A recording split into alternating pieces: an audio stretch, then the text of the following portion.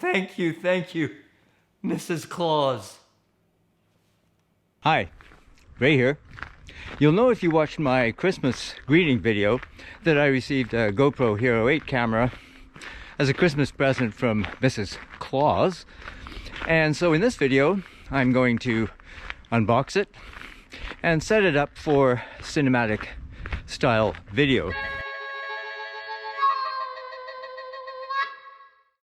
But in the meantime, if you're interested in photography, videography, and associated do-it-yourself projects, then why not subscribe to my channel? Hit that notification bell to be alerted to my upcoming videos. And if you find this video interesting or educational, please give it a thumbs up.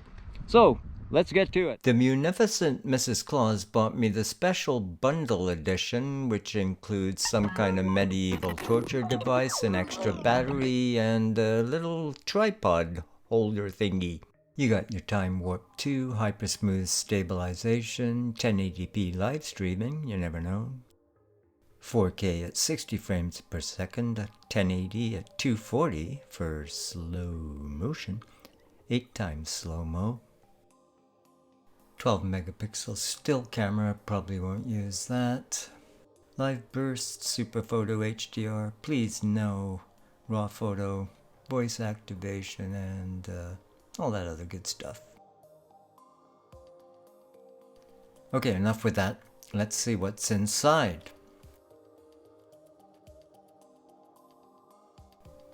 Okay, pull this little rubber tab and boop, there you have it.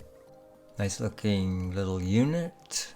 We got the usual little destruction manuals and yeah, what's in there? I don't know, I can't read it. Oh man, that's really small. What size is that font? 2?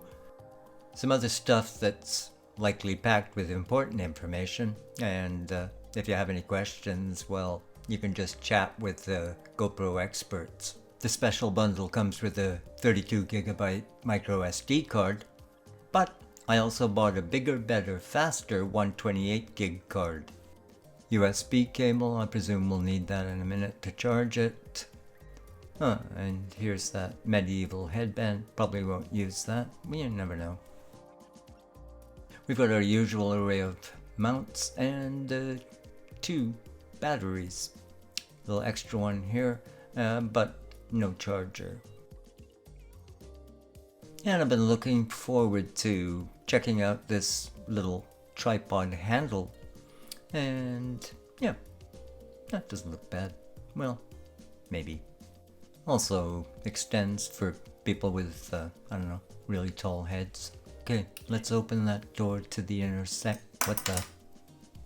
Okay, let's put in this little card. I think you need surgeon's tools or something. In goes the battery. Yep, pretty straightforward. It's got a little tab there to pull it out. Okay, let's put this trap door back on. Let's see. I don't know. 10 minutes later. What the? Oh, got it. Yeah, not a big fan of that. That's, yeah. Okay. Don't like that. That's a fail, I think. Okay, let's get it set up and ready to charge. Plug it in the side there and get some electricity to it. Interesting to compare to my old Hero 2, which I've had for 8 years, and of course it had to go in this case. By comparison, the Hero 8 has its own little built-in mount, so it doesn't need a case. Incidentally, the Hero 8 no longer has replaceable lenses. Of course, the whole Hero 2 didn't have a rear LCD screen, you had to buy that separately. So let's get the GoPro app and load it up on my iPhone. Okay, wants access to my photos, wants to use the Bluetooth. Okay, connect to the camera, choose the Hero 8, and let's go. We found your GoPro, yay! Okay, let's connect. Bluetooth pairing request, okay. We can change the camera name. Sure, why not? Give it my name. And looks like we got a firmware update. Sure, let's do that. Wants to join the Wi-Fi network. Okay. Looks like that extends the hypersmooth to 4K 60 frames per second, and with the linear lens, bug fixes and UI improvements. Sounds good. And transferring files, all done at hyperspeed. And we're ready to go. Let's turn this baby on. One push, and okay. As per the title of this video, I'm not going to do a full comprehensive run through of the menu system. There's plenty of those out there. We're going to set up cinematic. You can see there's a number of presets available. Activity, for instance, which is set at 2.7K 60 frames per second, and super view. But as I said, we're going to stick with cinematic right now. Now we can edit any of these presets by hitting the little pencil. Here, for instance, now I've got 4K 24 frames per second set. That's my usual setting. We can change any of these. We can choose from different lens field of view equivalents. We're starting here with a linear view, 19 to 39mm equivalent. But we can also choose a wider view, which evidently gives us an equivalent of 16 to 34mm. We can go to this super view. They're sure on this one it's 16mm. But we're going to avoid all that distortion and stick with linear view. We can go into ProTune, and that's where we access our shutter speed, bitrate. Now I'm going to go for high because it's the best. Shutter 1/48. That'll conform to the 180-degree rule, twice the frames per second. We can choose the white balance from 2300 up to 6500 Kelvin. I'm going to keep the sharpness at low. We could have medium or high, but I'm going to keep it low and deal with it in post. Color profile. I could choose flat or the GoPro, but again, I'm going to stay with flat and deal with that in post. There's various audio recording options with different processing, separate raw recording, wind reduction, and whatever. What you're going to hear throughout this video is just the ordinary audio recording. We can choose our ISO maximum, minimum, and you can see I've got these both set to 100, and you'll see why shortly. So we can also make our own custom presets simply by pressing the little plus button, and you can choose whatever settings you want there and save them. So you have your own particular presets, whatever you want. We won't go into that. But let's talk about these on-screen shortcuts, because these come in real handy. We can choose whatever of these shortcuts we want to appear with our preset. So for instance, in the upper right, I've got hypersmooth, upper left white balance, and so on. So I can choose to edit any of these. So in the upper right, I can choose whatever I want there. And I had, what was it? Hypersmooth. So where is that? Yeah, hypersmooth, and so that's going to be my upper right, and so on. That's how you set those up, and then they will appear with your preset. So look in cinematic, and now we see they're represented by these little icons. So for instance, in the lower left here, I've got my maximum ISO. I've got that locked down to 100, and similarly, if we look over here at the minimum ISO, again, we can change that. Top right, I've got the boost set, so I can turn it on or off to enhance stabilization. And there's my white balance from 2300 again, all the way up to 6500K. Okay, so let's see what this thing can do. I'm heading up to one of my favorite places that I took you in a video a few weeks ago, and thanks to everybody who's liking that, it's very successful. We're going to retrace the steps that I made in that video to test out this GoPro Hero 8. Right now I have it set to cinematic, but with wide view, not the widest view, and not linear view, because I figured that was most appropriate for in the car here.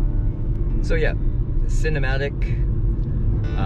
I have it pinned at 100 ISO, so I have that controlled with the minimum and maximum, so both set to 100 ISO. And we're shooting at 24 frames a second at 1/48th shutter speed. And I have the white balance set to 5500 Kelvin, which should be about right, hopefully. Oh, and I also have, I don't have the boost on the stabilization, but I have the stabilization on. I can't remember the exact setting, but not the highest setting. So we'll see how that's dealing with this very bumpy road.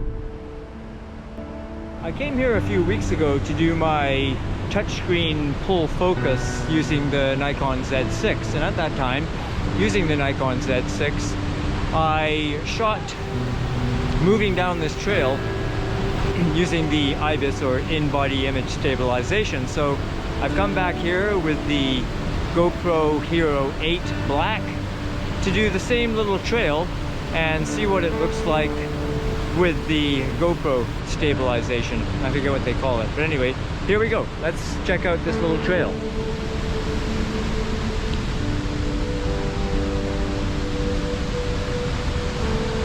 I'm going down the exact same spot, although there's been some windfall in the interim. So this was the main part here. And I have to hang on to this root, and it's extremely slippery. It's raining. Actually, it was just pouring a few minutes ago, and now it's... And so this was what I did.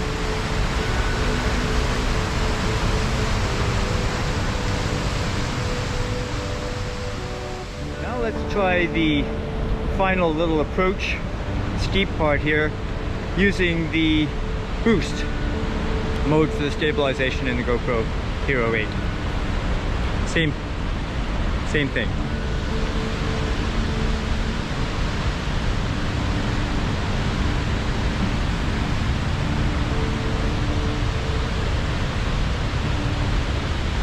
We're literally climbing down this little steep spot here.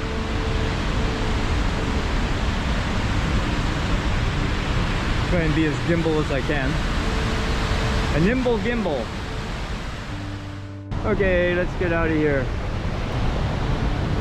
Hopefully in one piece. That's very slippery there. Okay, we're gonna go back up here. Talk to you later. So here's some final thoughts on my initial experience using the GoPro Hero8 Black camera. Well, it's an action camera, and while I don't see it replacing things like my Nikon Z6 cameras, for instance, certainly when I'm looking for a compact, lightweight, easy to use camera, then it has its place in my bag. The Hypersmooth 2? Well, again, I don't think that it will replace a full-size camera on a gimbal, but it's actually quite good, and certainly it's light years, well, maybe 8 years ahead of my old GoPro Hero 2. The flat profile is pretty good. I certainly preferred it over the GoPro profile. It grades quite well, and that's what I would use. The skin tones are much, much better. Of course, maintaining the 180-degree rule for manual filming, meaning that if I'm shooting at 24 frames a second, which is my usual preferred frame rate, then I need a shutter speed of 1/50th, or in the case, actually with this camera, you can select exactly 1/48th of a second. That's going to require the use of neutral density filters. And so in an upcoming video, I'll take a look at options for ND filters, and I'll probably link it somewhere up here. Again, if you haven't already subscribed to my channel, please do. Hit that notification bell to keep up with my forthcoming videos, and if you found this video interesting or informative, please give it a thumbs up.